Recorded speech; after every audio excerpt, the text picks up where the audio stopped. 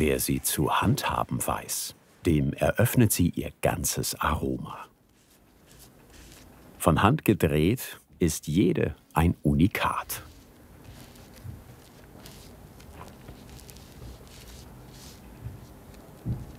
Der Tabak, der ist schon wie eben eine Diva. Ist empfindlich, zickig manchmal. Es mag ganz viele Dinge nicht. Und auf die muss man eingehen, auf die muss man Rücksicht nehmen. Und wenn man da nicht drauf eingeht und nimmt keine Rücksicht, dann wird das nichts. Dann kann man damit nicht arbeiten. Ja, ganz einfach. Diese Diva sagt mir, so, jetzt kannst du mich haben.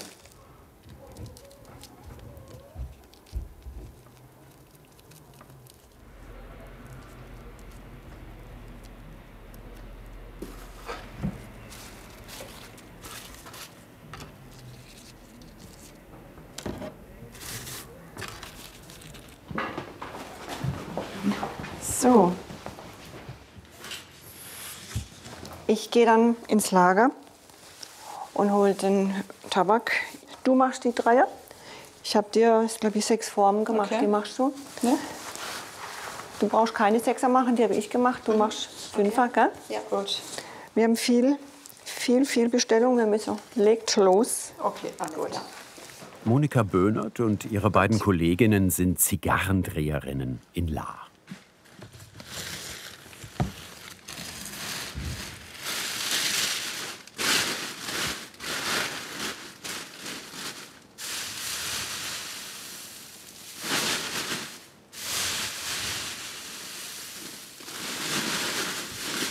Den heimischen Tabak gibt es in gerissener Form und als ganzes Blatt.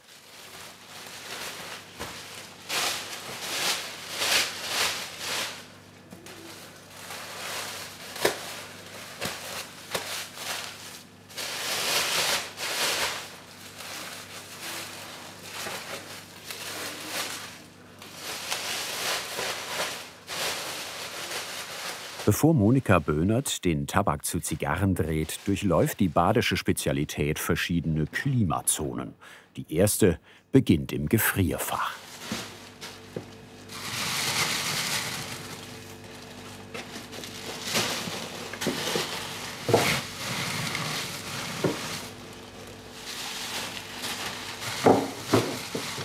Wir frieren unseren ganzen Tabak ein, immer 2 Tage bei minus 18 Grad. Und dann kommt er danach in den Kühlschrank zum Auftauen. Ganz einfach wegen den Schädlingen, die immer im Tabak sein können. Das ist einfach natürlich, dass es Tabakkäfer gibt und einfach um die zu eliminieren. In der Ortenau üben nur noch diese 3 die alte Kunst von Hand professionell aus.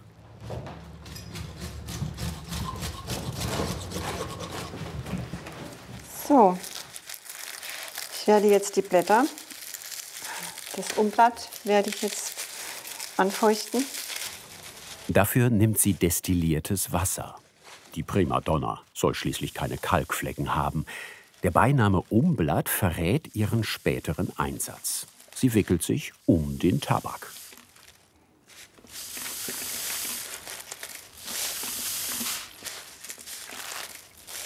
Ja, der Tabak braucht das Wasser, damit man ihn bearbeiten kann, dass er geschmeidig wird, weich. Man kann jetzt schon erkennen, dass das Blatt weich wird. Man sieht es da, ist ganz zart jetzt schon, fast wie Leder.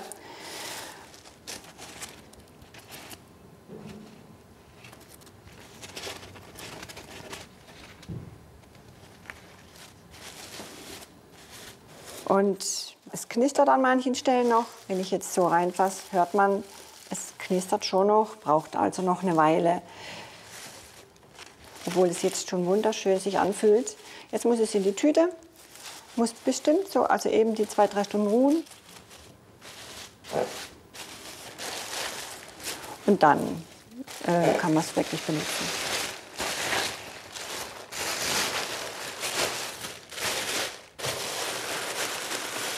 In der Tüte liegt der Tabak jetzt wie in der Sauna. Das macht ihn ganz gefügig. Die Heimat der Tabakpflanze ist das tropische Klima. Das Warme und Feuchte wie seine kubanische Verwandtschaft braucht der Geudertheimer zum Wachsen nicht. Ihm genügen das Sonnige und die geringere Luftfeuchtigkeit Süddeutschlands. Die Ortenau ist seit 250 Jahren Land der Tabakpflanzer und Zigarrendreher. Bis er als Tabak endet, vergeht bis zu einem Jahr. Heute wird er nur noch nach Bedarf gepflanzt, denn ohne EU-Subventionen ist der Geudertheimer ein rares Pflänzchen geworden. Trotzdem pflanzen sie ab Mai weiter an, vor allem den Virgin. Denn der Tabak vom südlichen Oberrhein ist sogar weltweit in Shishas gefragt.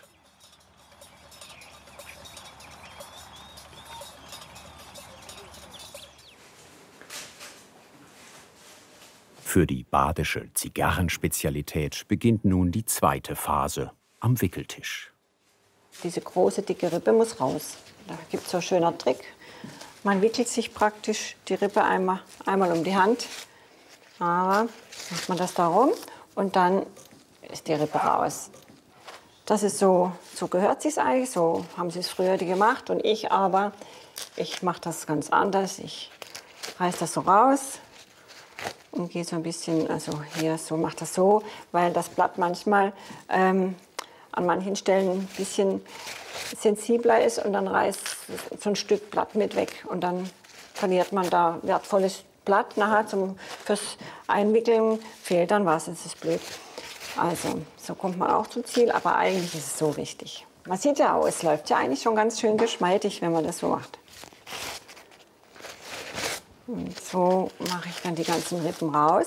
Zwischendrin nehme ich dann so eine Rippe und mache da draußen eine kleine Maus. Also eine Tabakmaus nennen wir die. Das ist ein Abstandhalter.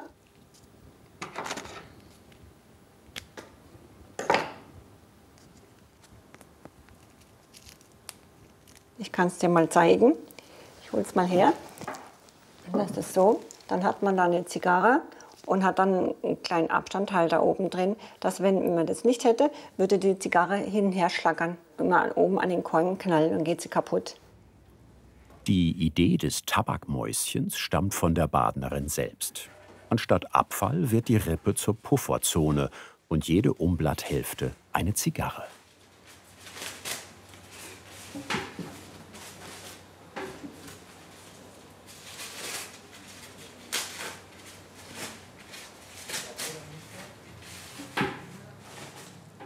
Manchmal, wenn die Blätter doch schon eine Weile gelegen sind, auch selbst wenn sie in der Tüte waren, sie trocknen doch ein bisschen aus. Dann muss man immer wieder fühlen, ob das immer noch die richtige Feuchtigkeit hat.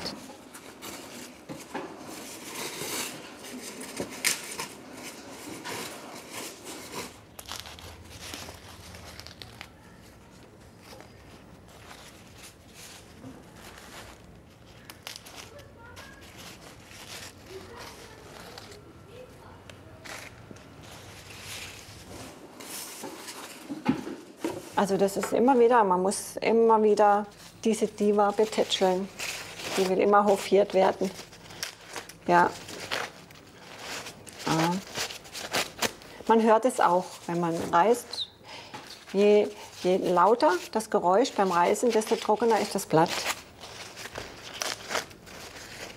So, jetzt sind sie echt an der Grenze. Man hört das auch schon, dass es stärker raschelt. Es ist schon an der Grenze, dass es schon wieder zu trocken ist, aber es geht gerade noch.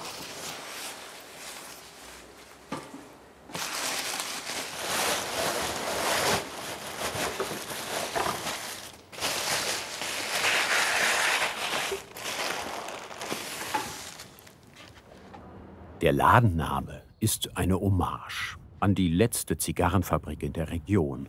Nach 90 Jahren Familienbetrieb haben die Lehmanns 2014 aufgehört. Auf dem alten Mobiliar drehen sie hier nun weiter. Ja, ich habe hier angefangen, so ganz unbedarft, und dachte ich, ja, mal ein paar Zigarren drehen, wird schon nicht so schwer sein. Und dann, als ich dann das erste Mal, ein paar Mal zu den Lehmanns nach Hause gefahren bin, nach Seelbach, und da in dem Keller gesessen bin, da ist mir erstmal Licht aufgegangen, dass das gar nicht so ohne ist. So ein bisschen was zermollen, da ist nicht. Und je mehr ich dann gewusst habe, Und je mehr ich in die Materie rein bin, desto klarer war mir dann auch, was ich da überhaupt machen muss. Und dann konnte ich mir das selbst aneignen.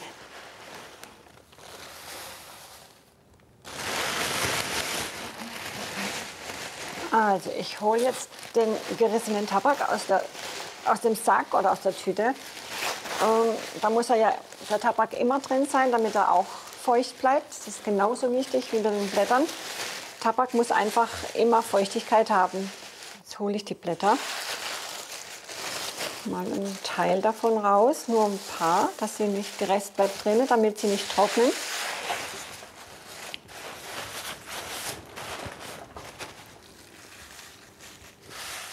Jetzt geht's dann los. Für die Zigarre Herr Lehmann Nummer 6 greift sie 3-mal ins Tabakfach. So eine Handvoll, es kommt auf die Hand, also wie viel ich da wirklich reinmache. Das sind dann vielleicht mal 4 Gramm oder 3, 4 Gramm, was man so in der Hand drin hat. Weil Tabak ist ja locker, das sieht dann viel aus und ist dann aber gar nicht so viel. Und ja, eigentlich gehe ich auch mehr nach dem Fühlen, diese Haptik, wenn ich dann in die Rille stopfe.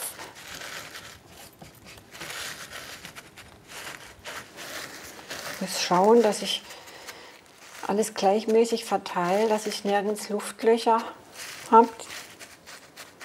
Dass die von vorne bis hinten, dass die Zigarre gleichmäßig gestopft ist. Per Pedaldruck wickelt sich das Umblatt fast von selbst um die 10 Gramm Tabak.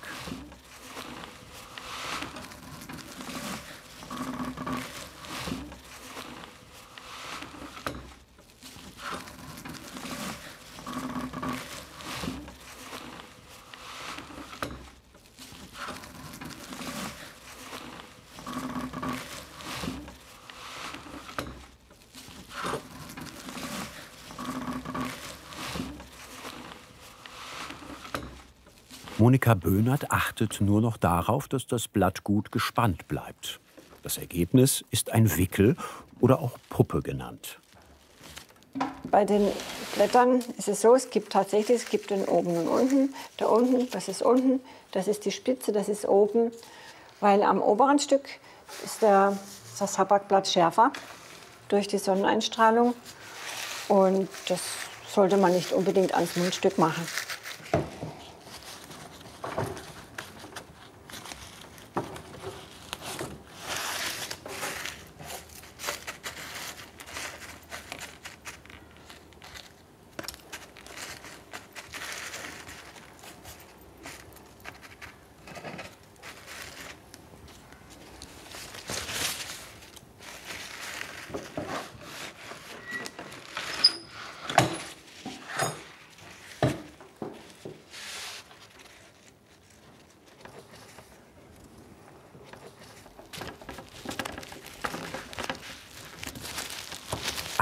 Wickel schafft die gebürtige Badenerin in einer Stunde.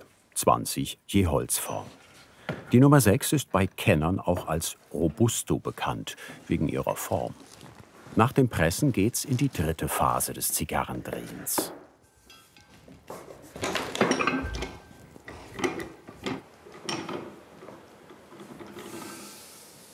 Weil jetzt ist er noch ganz weich. Man hat ja gesehen, als ich sie gemacht habe, ist ganz biegsam und weich.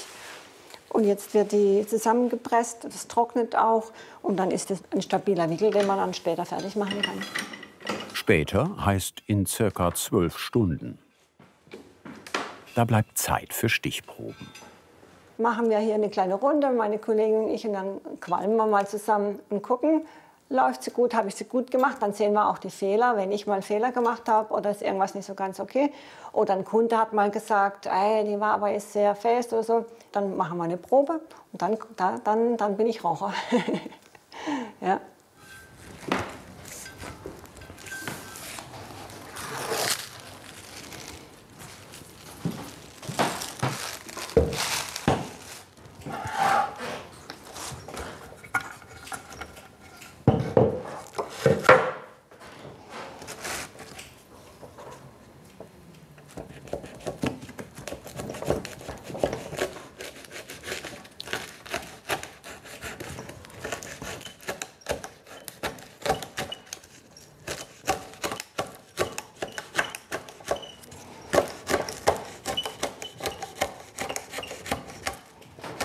Bei der Robusto, man sieht, die ist abgeschnitten, sie ist sehr gerade geschnitten, dass sie also von vorne bis hinten eigentlich die gleiche Stärke hat. Wenn man dann zum Beispiel den Unterschied nimmt zu diesem Torpedo, die ist hier nach hinten zum Mundstück sehr stark verjüngt. Wenn man die jetzt mal nebeneinander, dann sieht man auch, die Nummer 5 hier, das ist unsere Nummer 5, Torpedo, geht nach hinten zu, wird sie sehr schmal. Und das Mundstück ist also zwar ausgeprägt, aber schmal. Bei der Robusto hier, die ist nahezu gleich stark, da verändert sich fast nichts bis hin zum Mundstück. Und das wird dann nachher auch zugedeckt, das ist dann ganz flach und bedeckt. Und das ist das Besondere an so einer Robusto. Deswegen haben wir uns eine Form hier gebaut, weil die Leute unbedingt Robusto wollten und wir keine haben, weil es ist hier nicht üblich, es gab hier nie Robusto-Formen, mussten wir uns eine basteln. Dann haben wir das abgeschnitten, gerade geschnitten. Jetzt sind die Kanten, man sieht ja auch beide offen und sehr gerade und flach. Und das haben wir ja versucht darzustellen und es ist uns ganz gut gelungen. Damit alle Nähte verschwinden, dreht sie die Wickel. Eine Viertelumdrehung wie bei einem guten Champagner. Wenn der Geudertheimer einmal gepresst ist und seine Form hat, fühlt er sich wohl bei normaler Raumtemperatur. Das erneute Ruhen in der Presse macht die Zigarre faltenfrei.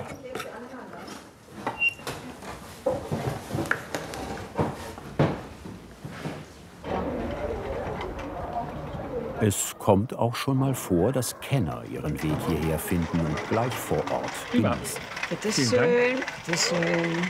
Lassen Sie es sich wohler gehen oder schmecken. Vielen Dank.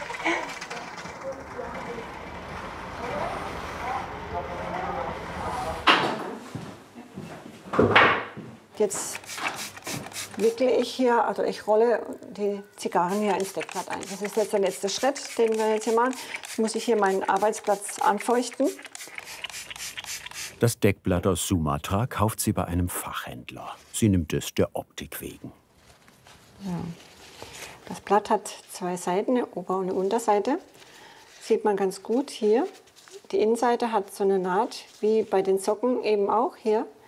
Und die sollten nicht außen sein. Man legt das Blatt immer möglichst so auf den Tisch, dass die Naht einem anguckt.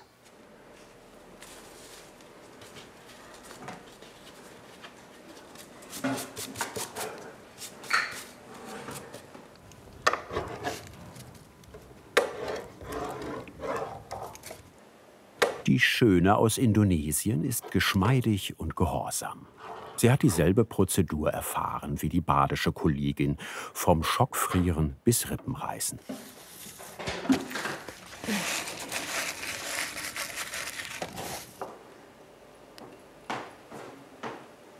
Ich mache etwas von dem Maniok-Kleber drauf. Das ist ein Stärkekleber, ein naturbelassener Kleber, so aus Stärke, aus der Maniokknolle, das kennt man ja.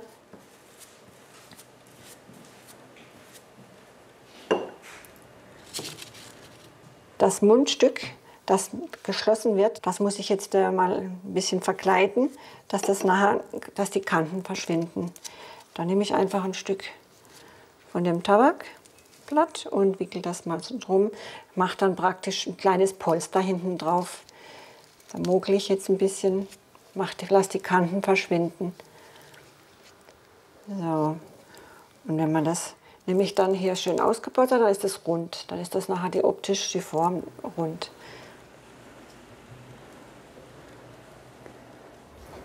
Das Deckblatt rollt sie schräg auf und beginnt an den Blattspitzen.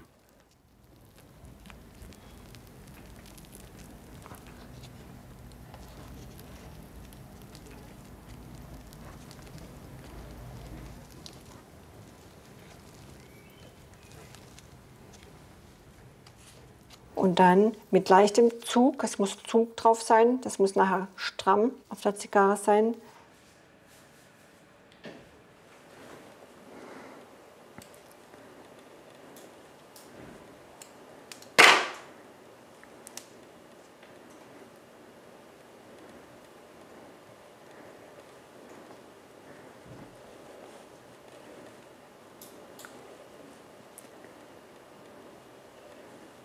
Jetzt habe ich hier das Mundstück, das jetzt schön verpackt ist.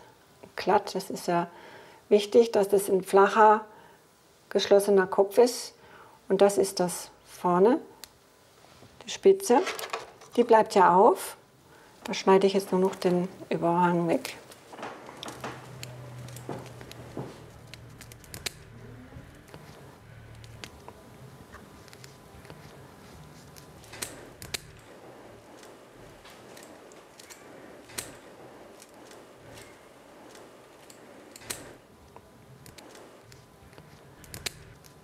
Jetzt ist es schön glatt, ist gut gespannt. Das Mundstück ist flach und vorne die Spitze ist geöffnet.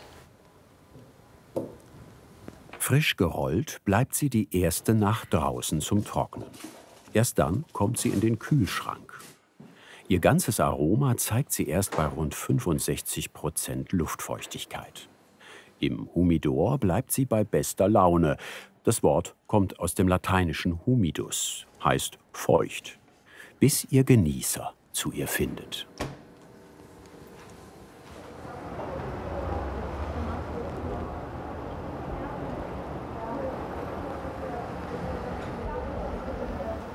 Zigarre hat was von der Belohnung. Es hat was Herbes, etwas leicht Bitteres, aber es hat dabei einen vollen Geschmack. Man kann es vielleicht ganz entfernt mit einer Schokolade vergleichen, die ganz viel Kakao enthält. Übrigens, einen Aficionado erkennt man spätestens zum Schluss. Der Kenner drückt eine Zigarre oder ein Zigarillo niemals aus. Er lässt sie verglimmen, bis ihr die Luft ausgeht. Was hat dich am meisten an dieser Handwerkskunst begeistert? Schreib es uns in die Kommentare und wir freuen uns natürlich über dein Kanalabo.